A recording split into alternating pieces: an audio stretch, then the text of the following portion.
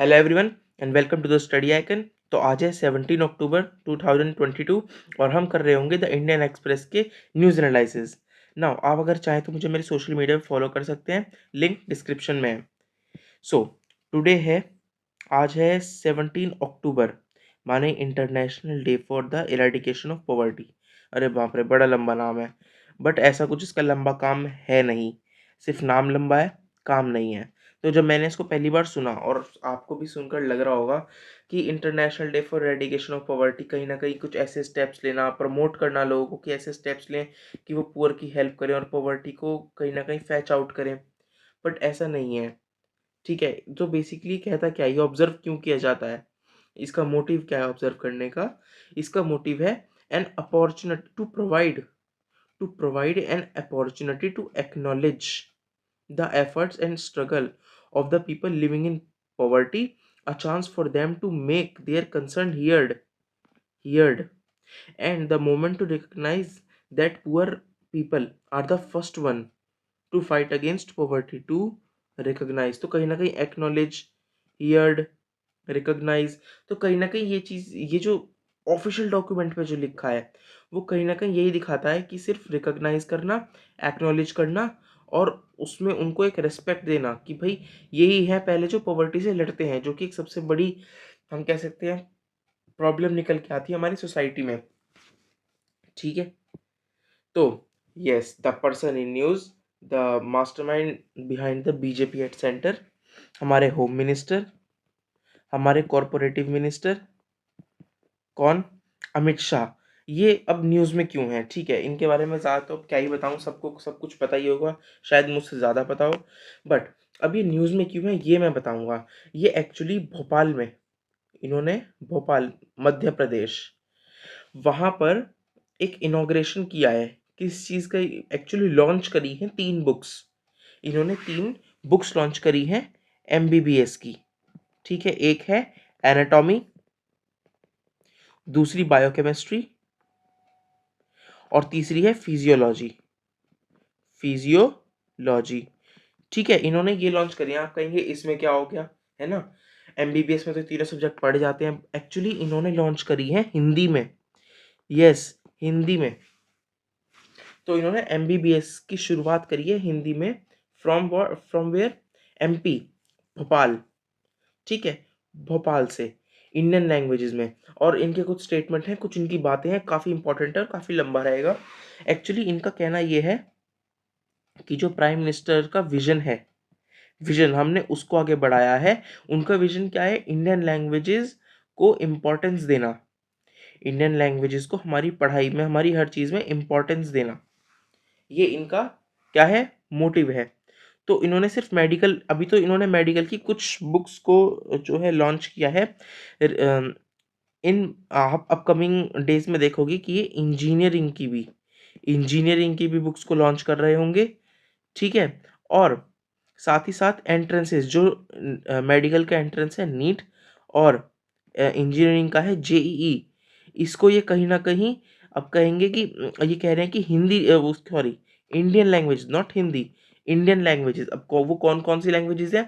हिंदी, मराठी, तमिल, तेलुगु, बंगाली, गुजराती। इन्होंने तो अपनी स्पीच में यही लैंग्वेजेस मेंशन करी हैं कि इन लैंग्वेजेस में हिंदी, मराठी, तमिल, तेलुगु, बंगाली, गुजराती, मलयालम, इन लैंग्वेजेस में ये नीट और जेई के एंट्रेंस करवा रहे होंगे।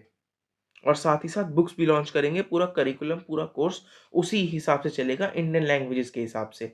अब इसमें इन्होंने एक कॉन्सेप्ट और रखा है जो कि काफ़ी अच्छी एक बात है, मुझे भी बढ़िया लगी। Brain drain, brain drain to brain rain. वैसे तो आपको पता ही होगा ये कॉन्सेप्ट क्या है, मैंने अपनी पिछली क्लासेस में भी इसके बारे में डिस्कशन किया है। आई थिंक पूरा मैंने तो एडिटोरियल वगैरह कवर करा दिया था, जहाँ तक मेरा ख्याल है, बट अगर नहीं पता तो मैं बता दूँ। ब्रेन ड्रेन होता है जब हमारे यहाँ के पढ़े हुए स्टूडेंट बाहर जाके सर्विस करते हैं और अपना जो ब्रेन है उसको बाहर के देशों में इस्तेमाल करते हैं। ब्रेन ड्रेन, जैसे हम बात करें, सत्य नडेला माइक्रोसॉफ्ट के हैं, या फिर हम बात करें सुंदर पिचाई गूगल के सीईओ हैं। ठीक है, तो ये लोग कहीं ना कहीं इंडियंस और इंडियन ओरिजिन्स हैं, और फिर वो बाहर चले गए कहीं ना कहीं। ठीक है, तो ब्रेन ड्रेन से ब्रेन ड्रेन जो प्राइम मिनिस्टर ने कॉन्सेप्ट दिया था ब्रेन ड्रेन का, now it's time from brain drain to brain rain. तो जो रेन वाला कॉन्सेप्ट है, इसको लाने के लिए हमारी इंडियन लैंग्वेजेस जो है, हमारी इंडियन लैंग्वेजेस, उनमें पढ़ना बड़ा ज़रूरी है।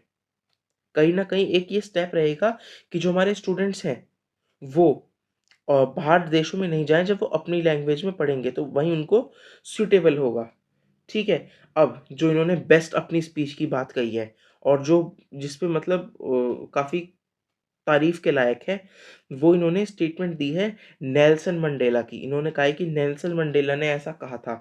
अब वो क्या लाइन है इनकी, क्या स्टेटमेंट है, वो है if you talk to a person in a language, if you talk to a person in a language it reaches their brain, but if you talk to a person in their mother tongue it reaches to their heart. ये काफ़ी अच्छी और बढ़िया statement है, और इनका देना बनता भी था। थोड़ी पॉलिटिक्स देखी जाए तो रिसेंटली इन्होंने कुछ दिनों पहले ही, कुछ आई थिंक महीनों पहले, इन्होंने कहा था कि इंग्लिश की जगह इंग्लिश की जगह हमें हिंदी यूज़ करनी चाहिए। तो उसमें हमारे साउथर्न इंडिया से काफ़ी ज़्यादा प्रोटेस्ट मिले थे इनके खिलाफ देखने को, काफ़ी कंट्रोवर्सी खड़ी हुई थी। अजय देवगन से रिलेटेड भी एक कंट्रोवर्सी खड़ी हुई थी। तो कहीं न कहीं देखा जाए तो ये एक स्टेप अच्छा भी है इनके पॉलिटिकली भी और हमारी सोसाइटी के लिए भी। ठीक है? और अब देखो, अब अमित शाह स्टेज पे आए और पॉलिटिक्स ना हो, तो उन्होंने एक स्टेटमेंट भी दी है। थोड़ी-सी उसको बताता हूँ आपको। इन्होंने कहा है कि ये ड्यूटी थी, ये जो अब हो रहा है 75 ईयर के बाद, ये ड्यूटी थी आफ कब की? पोस्ट इंडिपेंडेंस की। किसकी? Post independence. इन्होंने कहा है कि उस टाइम पर जो लीडर्स थे हमारे इंडिया के, उस टाइम पर जो हमारे देश चलाने वाले थे पोस्ट इंडिपेंडेंस के टाइम पर, उन्होंने इस हमारी इंडियन लैंग्वेजेस को तवज्जो नहीं दी और कहीं ना कहीं सब कुछ इंग्लिश में ही करा, जबकि ये गलत है। ठीक है। और उन्होंने फर्दर एक ये बात भी कही है कि वो लोग शायद इंग्लिश को ज़्यादा समझते थे, इंग्लिश उनके माइंड में थी, हार्ट में थी, सोल में थी, और उन्होंने इस चीज़ को एक क्लास बना दिया कि भाई इंग्लिश आती है तो यू हैव क्लास। ठीक है। तो कहीं न कहीं ये अ, जवाहरलाल नेहरू के ऊपर ही कमेंट था। तो ठीक है, ये इसलिए न्यूज़ में इधर काफ़ी इम्पोर्टेंट न्यूज़ थी ये। नाउ इन फोकस टुडे आज हम क्या-क्या पढ़ रहे होंगे? आज हम पढ़ रहे होंगे डीबीयू के बारे में। डीबीयू माने डिजिटल बैंकिंग यूनिट्स के बारे में। ठीक है। अब देखो, हालाँकि आपकी स्क्रीन के ऊपर 4 पॉइंट्स हैं, बट आज का लेक्चर अच्छा खासा लंबा होने वाला है, क्योंकि काफ़ी ज़्यादा अच्छी इसके ऊपर कन्वर्सेशन हम कर रहे होंगे। Now Hindi MBBS text book के बारे में हमने बात कर लिया है। एक हम बात करेंगे इन्फ्लेशन के बारे में। अब देखो, इन्फ्लेशन के बारे में एक आर्टिकल है और 2 एडिटोरियल हैं, तो काफ़ी लंबा रहेगा ये टॉपिक। ऐसे डीबीयू के ऊपर 3 आर्टिकल्स हैं, ये भी टॉपिक लंबा रहेगा। साइबर स्पेस के ऊपर एक एडिटोरियल हम पढ़ेंगे। अच्छा, एक पॉइंट इसमें मिसिंग है, वो मैं आपको बता देता हूँ। वो है wolf warrior, wolf warrior diplomacy, wolf warrior diplomacy. ये अ, इसमें थोड़ा गायब था I think. Hindi MBBS text book की जगह ये आना था, तो I am sorry for that reading. But हाँ, ये काफ़ी इम्पोर्टेंट आर्टिकल रहेगा और ये सबसे ज़्यादा टाइम टेकन है। इसके ऊपर आई थिंक 2 तो आर्टिकल होंगे और आई थिंक 2-3 एडिटोरियल्स हैं, ऐसा कुछ है इसमें। ठीक है। तो इसके ऊपर हम पढ़ रहे होंगे, चाइना के ऊपर है। चाइना की जो इंटरनेशनल रिलेशंस की स्ट्रैटेजी है, जो उनकी डिप्लोमेसी है, ठीक है, उसको ये कहीं न कहीं इंडिकेट करता है और बहुत ही एक अच्छा कॉन्सेप्ट है। अगर आप पढ़ेंगे तो आपको पता चलेगा। Now before moving on to the topic, अब हम बात कर रहे हैं आज के क्वेश्चन ऑफ द डे की। So which of the following countries are not the member of IMF?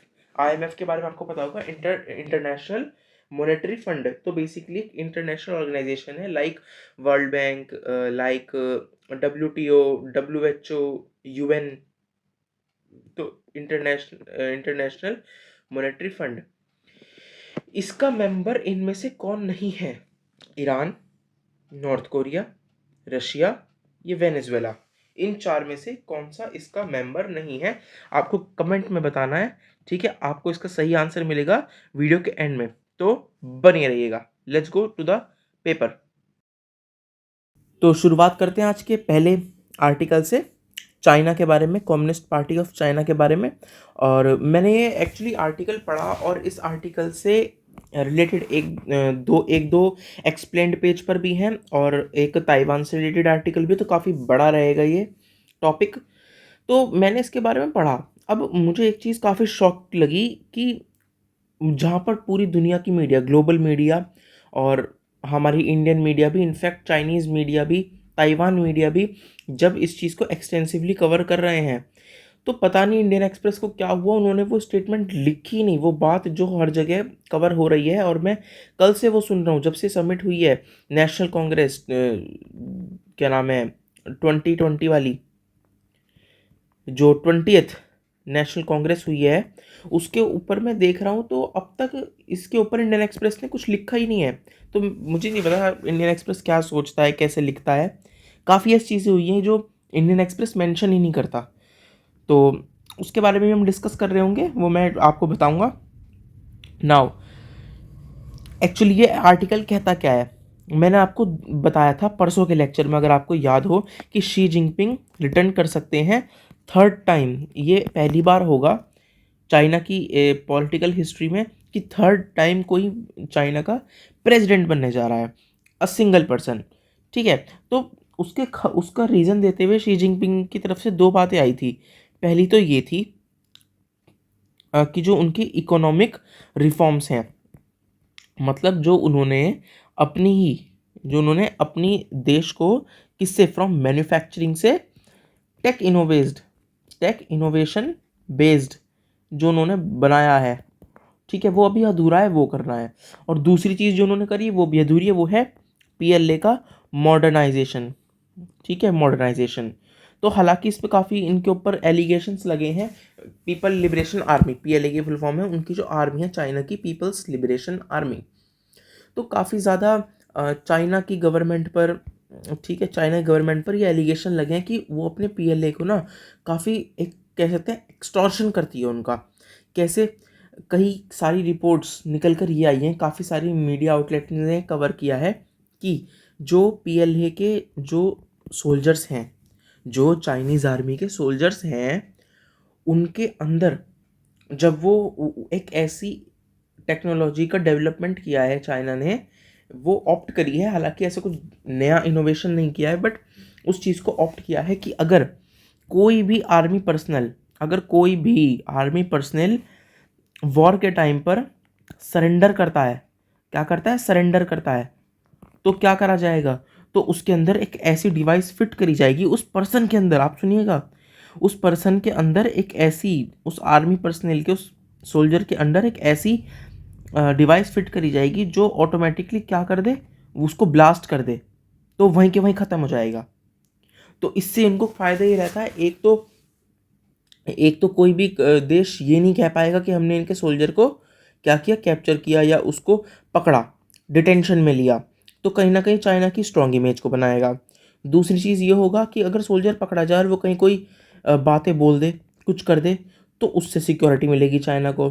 और तीसरी चीज़ ये होगी कि वो उल्टा नुकसान पहुंचाएगा दूसरी जो आर्मी होंगे, जो भी उनको डिटेंशन में लेंगे, उनको नुकसान पहुंचाएगा।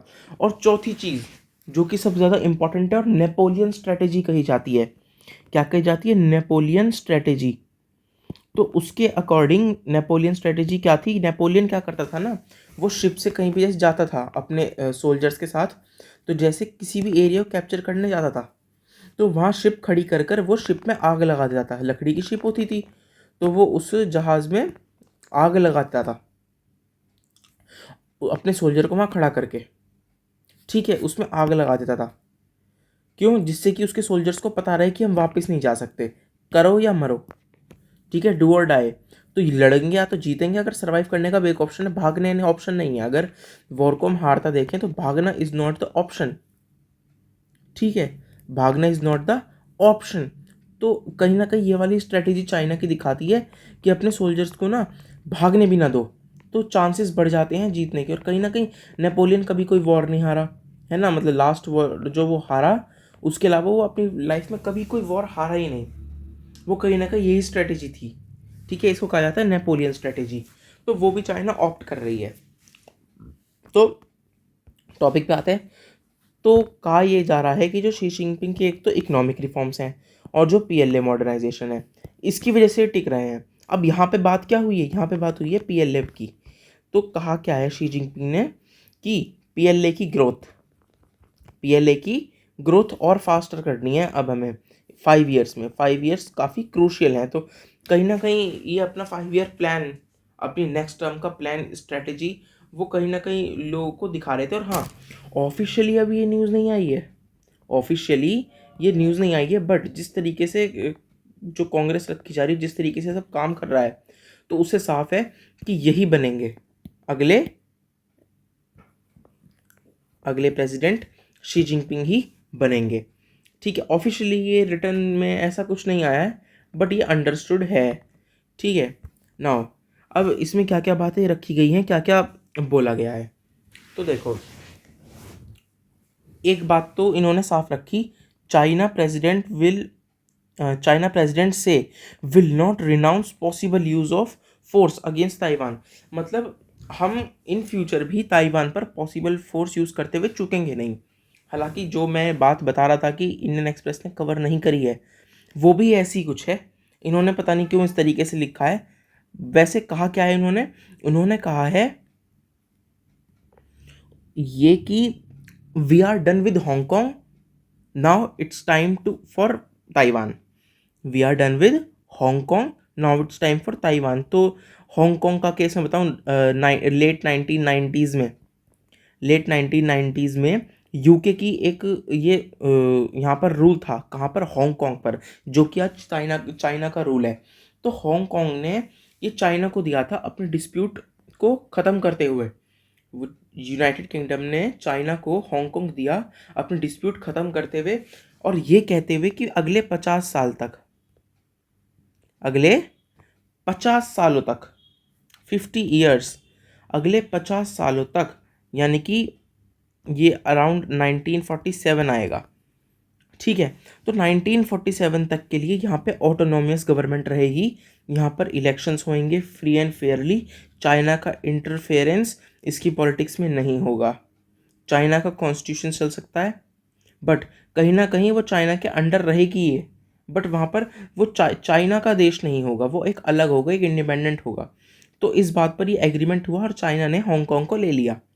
अब जब चाइना ने हांगकांग को लिया, तो चाइना, जैसी चाइना की फितरत है, चाइना अपने सभी वादों से पलट गया, सभी चीज़ों से मुकर गया, और वहाँ पे उसने धीरे धीरे धीरे धीरे अपनी ही प्रेजेंस फैला दी।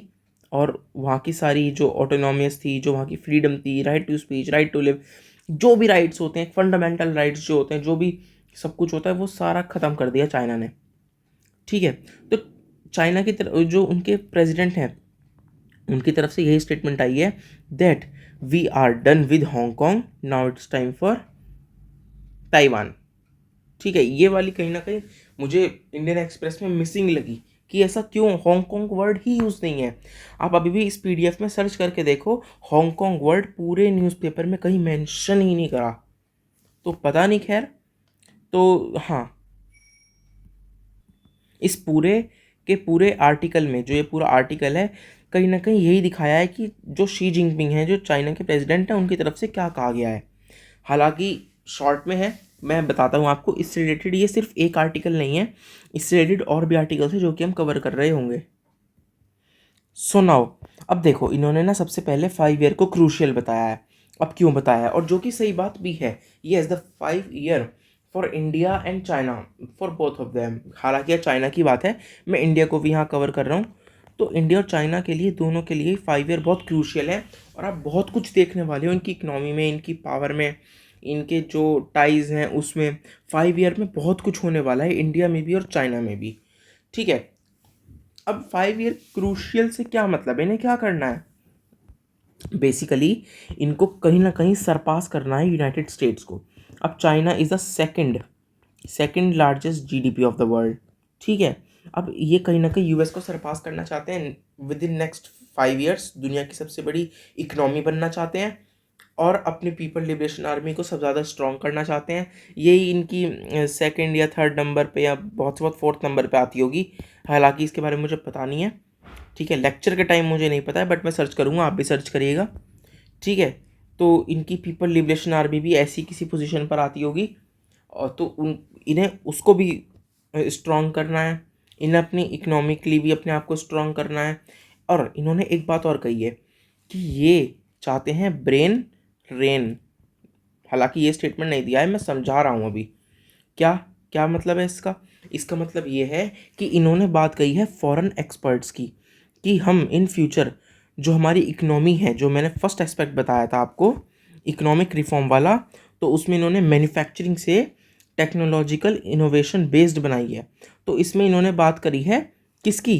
एक्सपर्ट्स की, फॉरेन एक्सपर्ट्स को चाइना लाने की। ठीक है, उस रिसर्च बेस्ड वर्क में उनको एंगेज करने की बात करी गई है।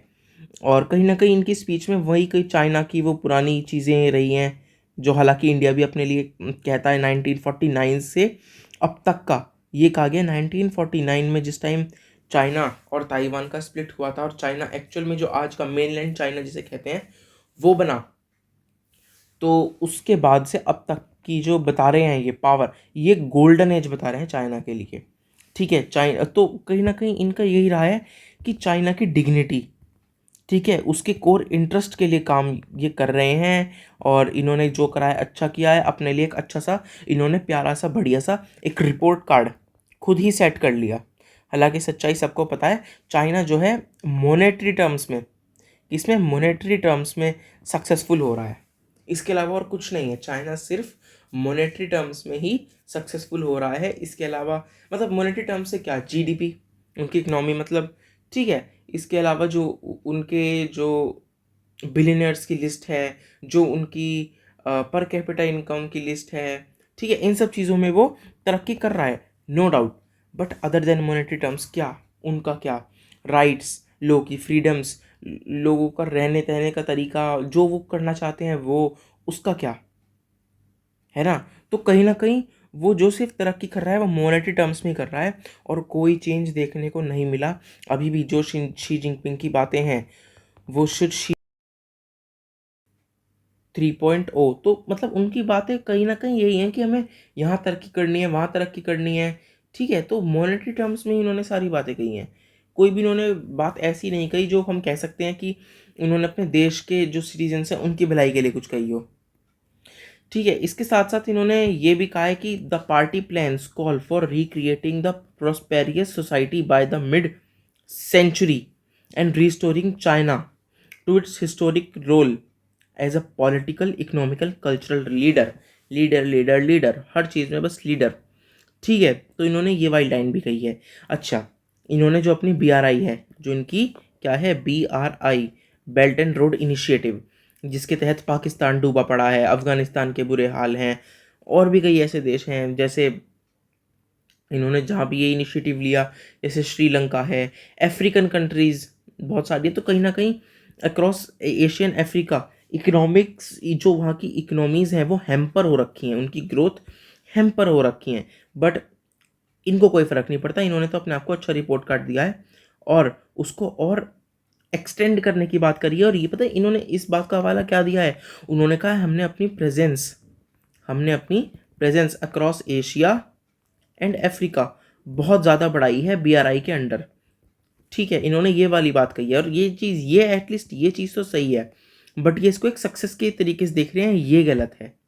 ठीक है, इसके अलावा इसमें ऐसे कुछ खास नहीं कहा है इन्होंने, बट हाँ, कहीं ना कहीं इन्होंने अपने आप को सिर्फ अच्छा ही रिपोर्ट कार्ड दिया है, और कोई डिफरेंस नहीं दिखा इनके में।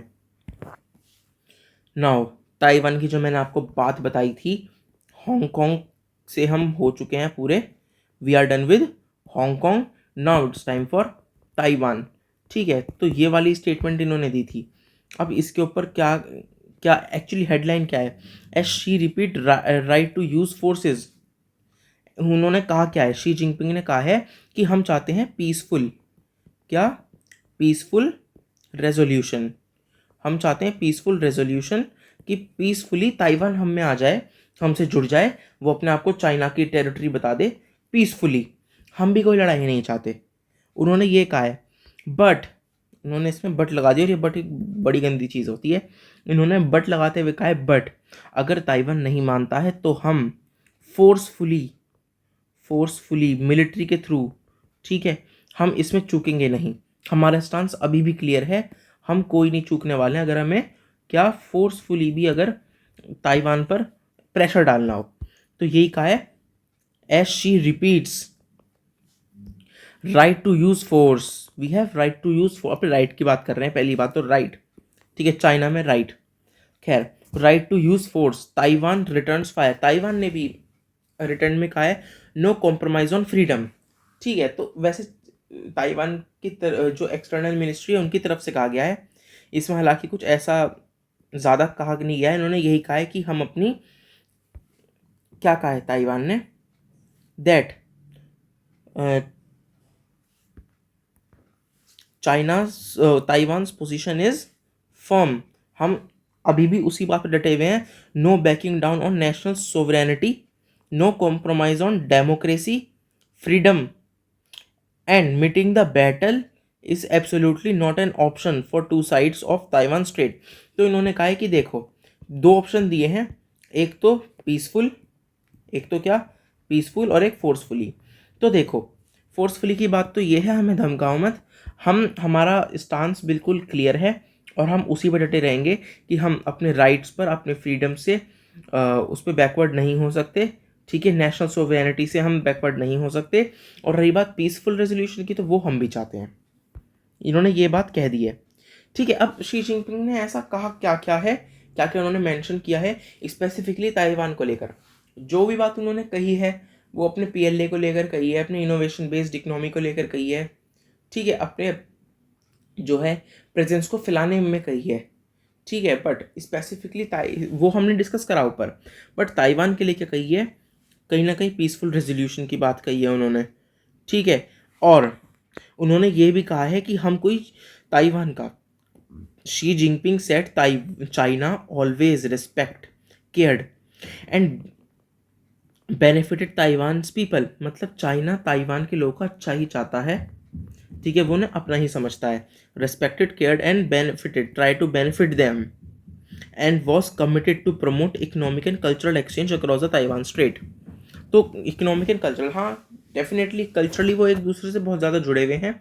एक ही कंट्री था चाइना, ठीक है, वो तो बाद की बात है जब उनका स्प्लिट होता है माओ जेडोंग की वजह से। तो यही बात उन्होंने कही है ताइवान स्ट्रेट पर। तो ताइवान स्ट्रेट क्या है, बेसिकली जैसे चाइना है, ये क्या है, चाइना, इस तरीके से एंड होता है चाइना, फिर यहाँ इंडिया आ जाता है, यहाँ बांग्लादेश है, बर्मा है, तो यहाँ ताइवान है। अब ये जो इसके बीच का एरिया है ताइवान स्ट्रेट, इसके ऊपर इन्होंने बात कही है, ताइवान स्ट्रेट की। क्या कहा है कि वो अपना इकोनॉमिकली कहीं ना कहीं ताइवान स्ट्रेट को ही ये बताया है इन्होंने कि इकोनॉमिकली हम अपने उसका प्रेजेंस फैलाना चाहते हैं। तो देखो बहुत टाइम से यही हो रहा है, यही एक कॉन्फ्लिक्ट है कि चाइना क्या करता है, बार बार ताइवान को डराने के लिए और उसको लिमिट में रखने के लिए ना, यहाँ पे मिलिट्री एक्सरसाइजेस करेगा, यहाँ से अपने प्लेन उसको उनको उड़ाता रहेगा, यहाँ से यहाँ से यहाँ से, ठीक है। तो कहीं ना कहीं ये सब चाइना करता रहता है। तो इसी पे उन्होंने बात कही है कि क्या, एंड वॉज कमिटेड, हम ये सब चाहते हैं अच्छा, बट हम ये भी कमिटेड हैं to promoting the economic and cultural exchange across the Taiwan strait, ठीक है। अब और क्या कहा है, resolving the Taiwan issue is the Chinese people own business and it is up to the Chinese people to decide. तो कहीं ना कहीं ये क्या कह रहे हैं कि हमारा इंटरनल मैटर है, जैसे इंडियन गवर्नमेंट कहती है ना कई बार, ये हमारा क्या है, इंटरनल मैटर। तो सरकार अपनी गलतियां छुपाने को या फिर जो उनके कुछ ईवल हरकतें हैं उसको छुपाने के लिए बोलती है इंटरनल मैटर। हमारी गवर्नमेंट ने भी एक दो बार यूज़ किया है। तो इंटरनल मैटर वाली जो बात इन्होंने कही है वो यही कही है कि चाइना के जो चाइना है और उसके जो लोग हैं, और चाइना की ये बात जब करते हैं तभी ताइवान इंक्लूड करते हैं।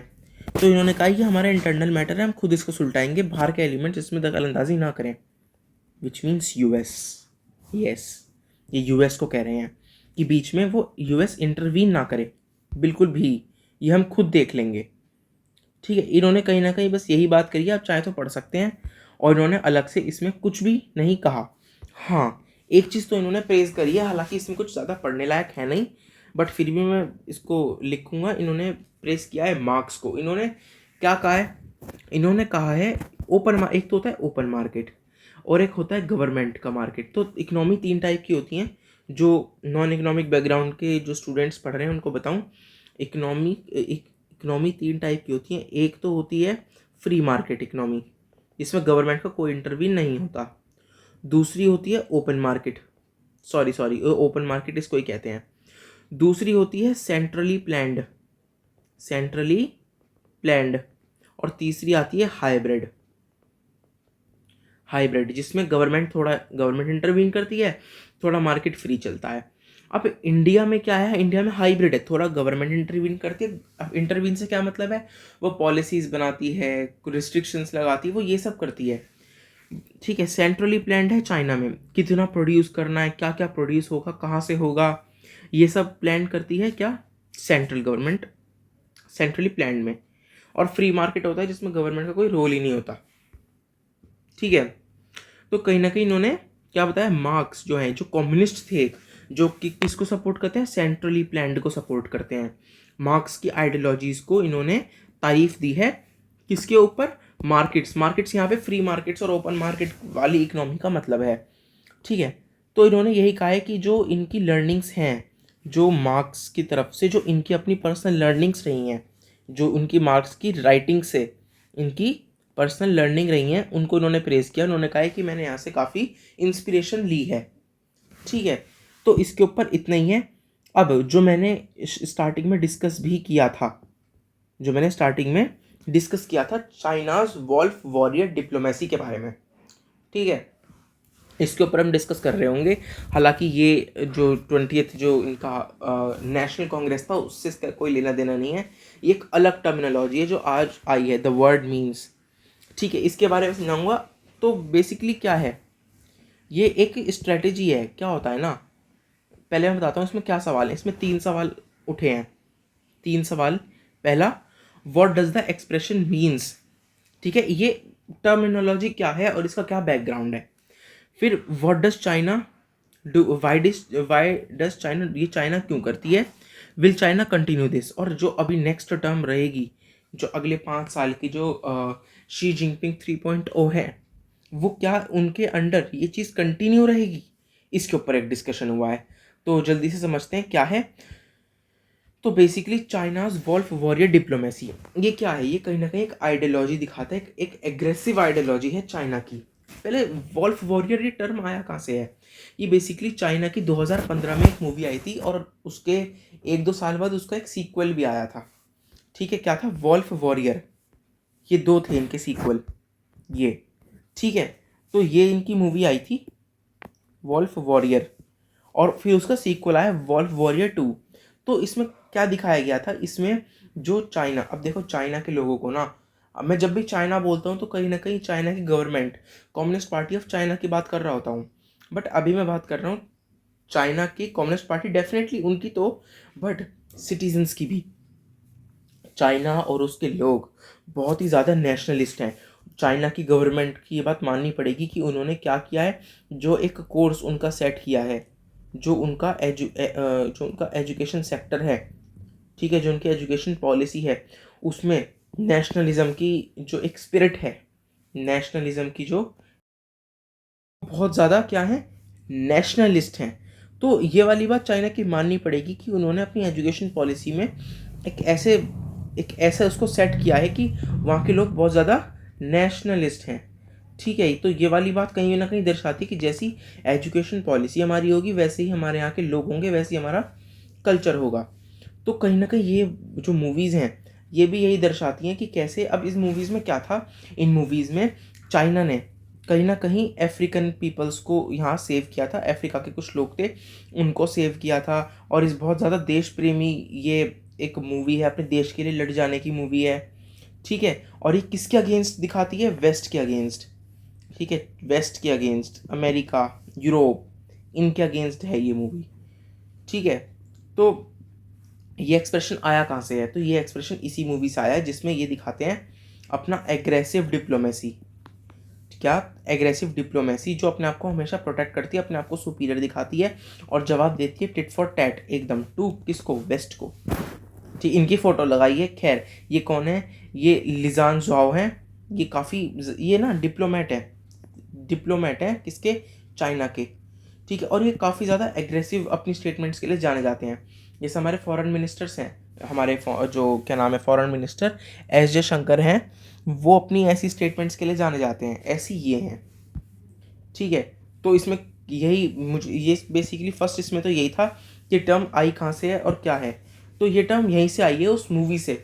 और ये ना कोई ऑफिशियल टर्म नहीं है, ये एक अनऑफिशियल टर्म है जो कहीं ना कहीं बात करते हैं। ये अनऑफिशियल टर्म है जो कि कहीं ना कहीं कौन? अदर डिप्लोमेट्स अपने कन्वीनियंट के लिए, अपने कम्युनिकेशन के थोड़े से सहूलियत के लिए इस वर्ड को यूज़ करते हैं। ठीक है, अब नाउ क्या चाइना ये करने वाली है? तो देखो डेफिनेटली करने वाली है। जो यूएस और चाइना के रिलेशन हैं वो देखते हुए, और अभी तो यूएस ने जो अपना एनएसएस नेशनल सिक्योरिटी जो स्ट्रेटेजी थी उनकी, वो भी पब्लिश किया है, तो उसमें भी चाइना को सबसे अपने बिल्कुल अगेंस्ट रखा है। तो उसके खिलाफ भी चाइना ने कहा है कि आप जैसा चाहते हो हम वैसा करेंगे। ठीक है, आप चाहते हो कि हम आपसे लड़ाई करें, आपसे इस तरीके से नहीं, तो ठीक है, वी आर रेडी। तो ये वाली बात भी की। तो कहीं ना कहीं चाइना अपनी इस चीज़ को कैरी फॉरवर्ड करने वाला है, इतनी एग्रेसिव अपनी डिप्लोमेसी को डेफिनेटली वो फॉलो करेगा। ठीक है, और चाइना, ओके सो मैंने गलत आंसर दे दिया। Why does China do this? हाँ, तो आइडियोलॉजी की बात आती है कहीं ना कहीं। ठीक है, आइडियोलॉजी। चाइना यही देखता है कि एशिया, जो चीज़ रशिया देखता है, इंडिया देखता है, पूरा एशिया ही देखता है कहीं ना कहीं। बट जो भी ग्लोबल पावर्स हैं, जो कि रशिया है, चाइना है, इंडिया है, वो वेस्ट में रहकर कहीं ना कहीं देखते हैं कि जो क्या नाम है, ईस्ट में रहकर, ईस्ट में, साउथ में, एशिया में रहकर ये देखते हैं कि वेस्ट ने सिर्फ अपने हिसाब से दुनिया को चलाया है, किस तरीके से पूरा उनका एक्सटॉर्शन किया है, एशिया का कॉलोनियल रूल किया है, सब कुछ लूटा है। तो ये चीज़ देखता है कहीं ना कहीं, चाइना भी ये वाली बात देखता है। ठीक है, तो इसलिए उस अपनी आइडियोलॉजी को कैरी फॉरवर्ड करते हुए ये ऐसी डिप्लोमेसी को प्रैक्टिस करता है, और इससे इनको फ़ायदा भी होता है, जो कि हमें दिख भी रहा है। ठीक है, इसके बारे में इतना ही था। तो अभी नेक्स्ट के बारे में हम डिस्कशन करेंगे। So now the next news is related to the DBU। DBU को आप अपने GS3 इकोनॉमिक सेक्शन से लिंक कर सकते हैं। Now digital banking is furthering financial inclusion, bank now at door step of poor, PM। तो ये DBU के डिजिटल बैंकिंग से क्या है यहाँ पर? ये है DBU। तो अभी गवर्नमेंट ऑफ इंडिया ने DBUs को क्या करा है? इनॉग्रेट किया है, प्राइम मिनिस्टर ने इनको लॉन्च किया है DBUs को, डिजिटल बैंकिंग यूनिट्स। क्या? Digital banking units. ये 75 digital banking units, 75 units 75 district में, इंडिया एट 75 को इन्होंने लॉन्च किया है। अब ये बेसिकली गवर्नमेंट, देखो प्राइम मिनिस्टर ने क्या कहा है, अब कब कहा है, क्या कहा है। तो एक हुई थी वर्चुअल मीटिंग बिटवीन हुम, 3 लोगों के बीच में ये वर्चुअल मीटिंग हुई थी। पहले तो थे प्राइम मिनिस्टर मोदी, दूसरी थी फाइनेंशियल मिनिस्टर निर्मला सीतारमन, और तीसरे थे RBI के गवर्नर। ठीक है, RBI के गवर्नर, इन तीनों के बीच हुई थी। अब तीनों का जानेंगे, तीनों की तरफ से एक एक स्टेटमेंट आई है। पहली प्राइम मिनिस्टर की तरफ से जो स्टेटमेंट आई है उसको डिस्कस करेंगे, ज़्यादा कुछ नहीं है, हमें बेसिकली इस स्टेटमेंट में ये पढ़ना है कि DBUs क्या है। दूसरा, RBI के गवर्नर की तरफ से क्या स्टेटमेंट आई है, क्या उन्होंने इन्फॉर्मेशन दी है, क्या RBI की गाइडलाइंस है, उसके बारे में हम पढ़ रहे होंगे। और तीसरा, फाइनेंशियल मिनिस्टर जो है हमारी निर्मला सीतारमन, उन्होंने क्या कहा है। उन्होंने DBU पे ऐसा सच कुछ नहीं कहा है, तो उस पर डिस्कस नहीं करेंगे, बट उन्होंने इन्फ्लेशन पे कहा है। ठीक है, मैंने आपको बताया था वीडियो की स्टार्टिंग में, इन फोकस टुडे में इन्फ्लेशन पर हम डिस्कस कर रहे होंगे। तो वर्चुअल मीटिंग क्यों हुई? क्योंकि जो प्राइम मिनिस्टर हैं वो हैं दिल्ली में। ठीक है, जो RBI गवर्नर हैं वो है मुंबई में, RBI में, और जो फाइनेंस मिनिस्टर हैं वो इस टाइम गई हुई हैं कहाँ? World bank, United states. ठीक है, वो गई हैं वर्ल्ड बैंक में, यूनाइटेड स्टेट्स। तो वहाँ पे उन्होंने अपनी स्पीच के दौरान रुपी, डॉलर और इन्फ्लेशन के ऊपर बोला है कुछ। तो हम उसके ऊपर डिस्कस करेंगे। अभी बात करते हैं प्राइम मिनिस्टर ने जो लॉन्च किया है DBU, digital banking units, now at door step of poor. वैसे पुअर क्या, कहाँ से आ गया और डोर स्टेप क्या है? तो बेसिकली DBUs सेल्फ सर्विसिंग एक यूनिट्स होंगी, it's kind of a shop जहाँ पे 24 आवर जो ओपन होंगी और आप सेल्फ सर्विस कर सकते हो, जो कि आपको बैंक्स में करनी पड़ती है। कैसी सेल्फ सर्विसेज, उसके बारे में डिस्कस करेंगे। ठीक है, गवर्नमेंट अभी प्राइम मिनिस्टर की तरफ से यही कहना है कि ये काफ़ी बूस्ट देगा हमारे डिजिटल सेक्टर को। Digital economy today are great strength of our economy, of our startup world, make in India and self land, आत्मनिर्भर भारत, इनके लिए।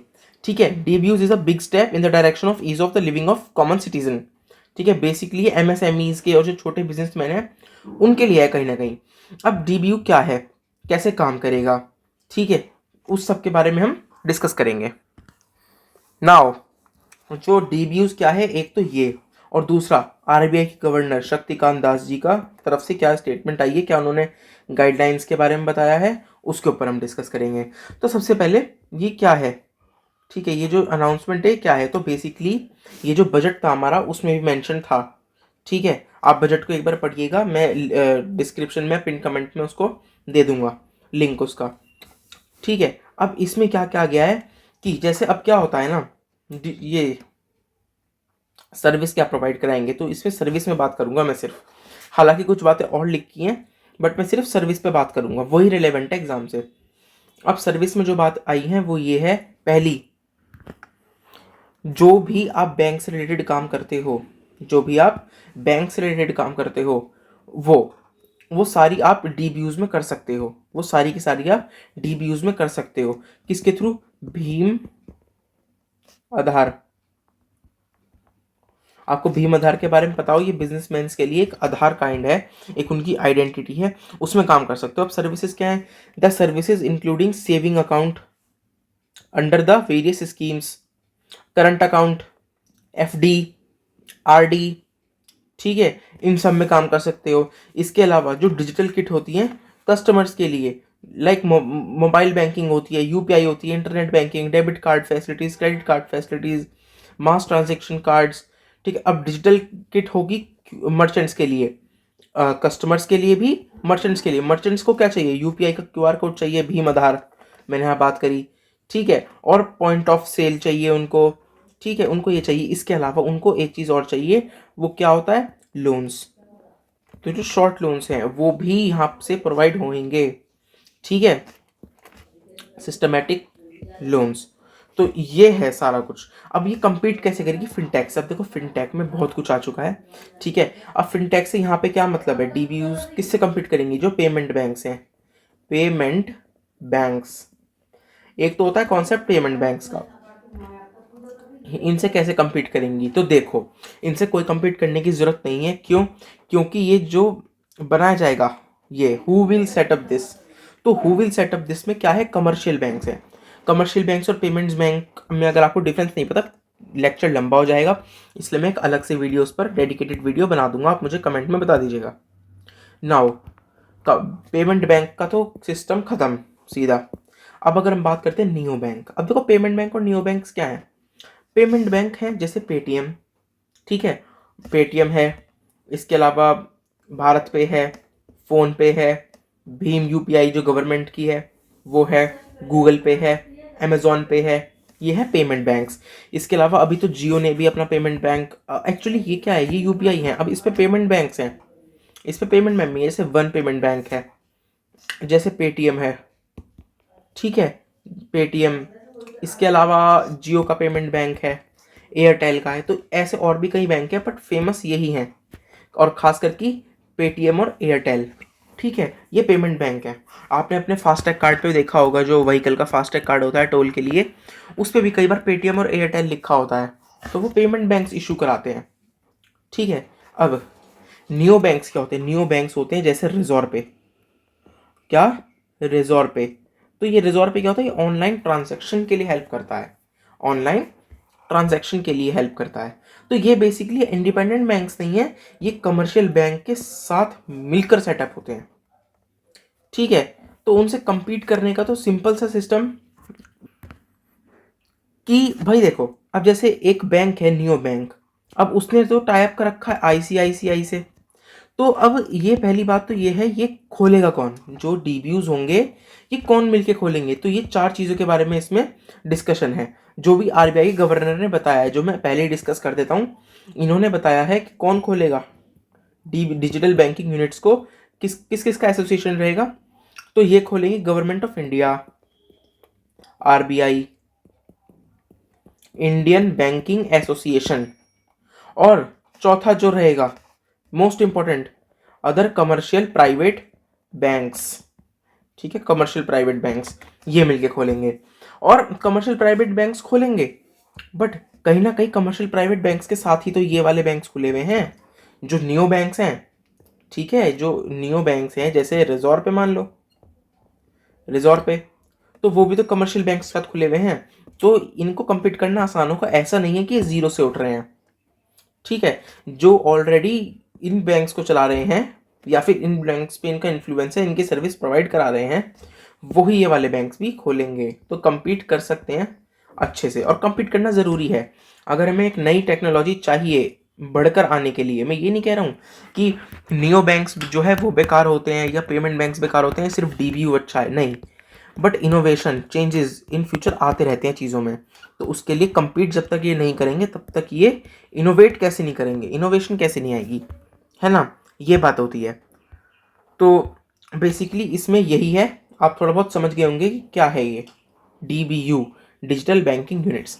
अब आरबीआई की तरफ से क्या आया है, इन्होंने एक तो सबसे पहले बैंक्स के नाम बताए हैं। इधर इधर आप देखिए पूरा भर रखा है इन्होंने यहाँ पर कुछ नहीं, सिर्फ बैंक्स वगैरह के नाम बताए हैं। ठीक है, और इसके अलावा कुछ स्टेटमेंट दिए हैं इन्होंने।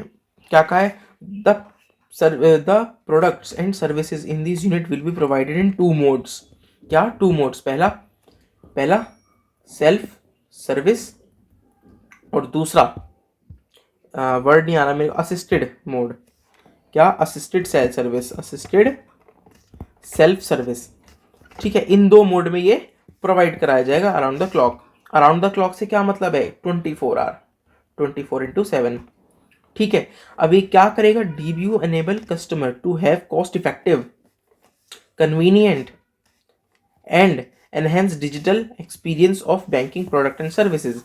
कॉस्ट इफेक्टिव होगा, डेफिनेटली कॉस्ट इफेक्टिव होगा। जब बैंक होता है तो उसमें कई सारे कर्मचारी होते हैं, वो सब उनकी कॉस्ट लगती है, काफ़ी सारे उनमें आउटपुट होते हैं, वो सब लगता है। अब एक जो गवर्नमेंट की तरफ से आया है, माने प्राइम मिनिस्टर ने जो कहा है, प्राइम मिनिस्टर की आपने एक स्टेटमेंट और सुनी होगी, less government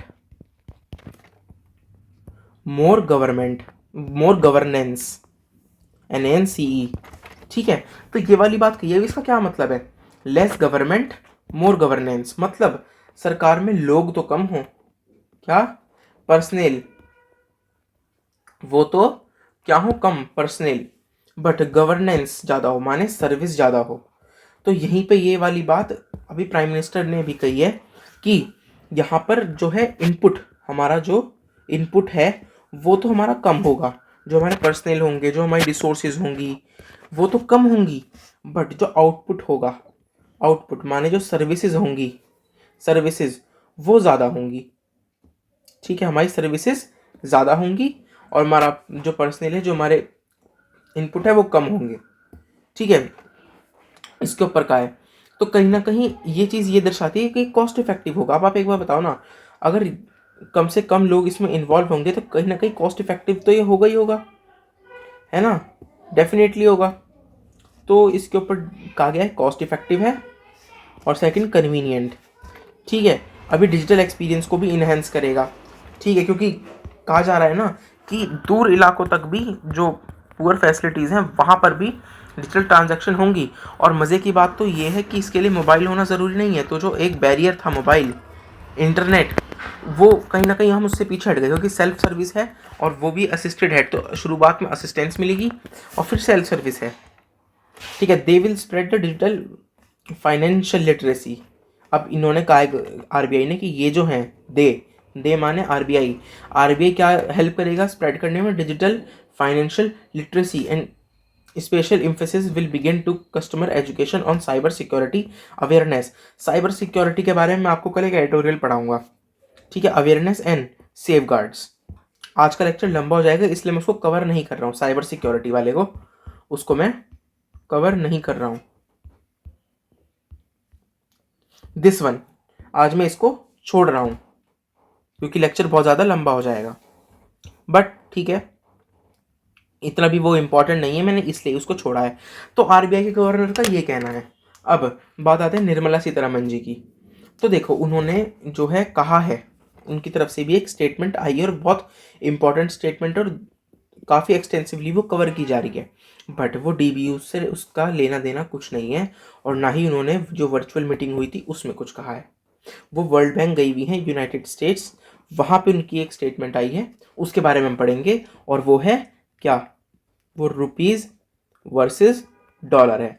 so now let's check our last article. So now वापस आते हैं। तो हमारा जो लास्ट आर्टिकल है वो GS3 इकोनॉमिक से रिलेटेड है। लास्ट है, छोटा सा आर्टिकल है पर इंपॉर्टेंट है। Rupees performing better than others. जो रुपी है, Indian rupee, INR, Indian national rupee, वो बाकी करेंसी से अच्छा परफॉर्म कर रही है, नॉट स्लाइडिंग। देखो, अभी 72 के आसपास चलता था रेट, आज वो 82 तक टच कर चुका है INR का, तो कहीं ना कहीं स्लाइडिंग है। बट इनका ये कहना है कि नॉट स्लाइडिंग, डॉलर स्ट्रेंथनिंग। तो ये जो रेट होता है ना, अगेंस्ट क्या होता है, डॉलर के होता है। तो इनका ये वाली बात भी है कहने की कि जो मार्केट कंडीशंस हैं, जो डॉलर बहुत ज़्यादा स्पीडीली स्ट्रेंथ हो रहा है, उसकी वजह से हमारा जो रेट है वो बढ़ रहा है।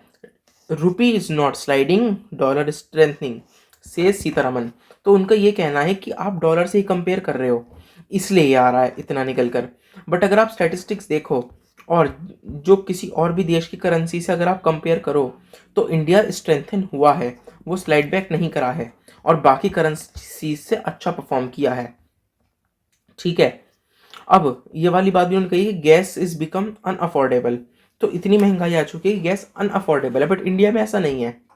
इंडिया में ऐसा अभी भी नहीं है। इंडिया जो आरबीआई है उसने काफ़ी अच्छे स्टेप्स लिए हैं और काफ़ी अच्छी तरीके से होल्ड बैक किया है इन्फ्लेशन को।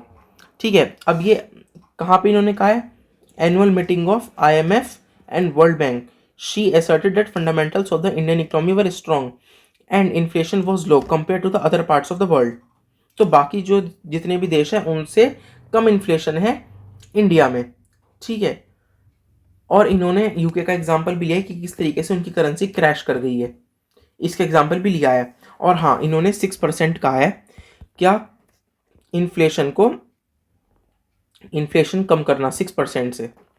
इन्होंने टारगेट बनाया कि इन्फ्लेशन को 6% से कम करने की प्लानिंग है, उस पर हम काम कर रहे हैं। ठीक है, और रही बात रुपीज़ की, तो रुपीज़ अपने जो उसका ओरिजिनल लेवल था उस पर वापस आएगा, इनका ऐसा कहना है।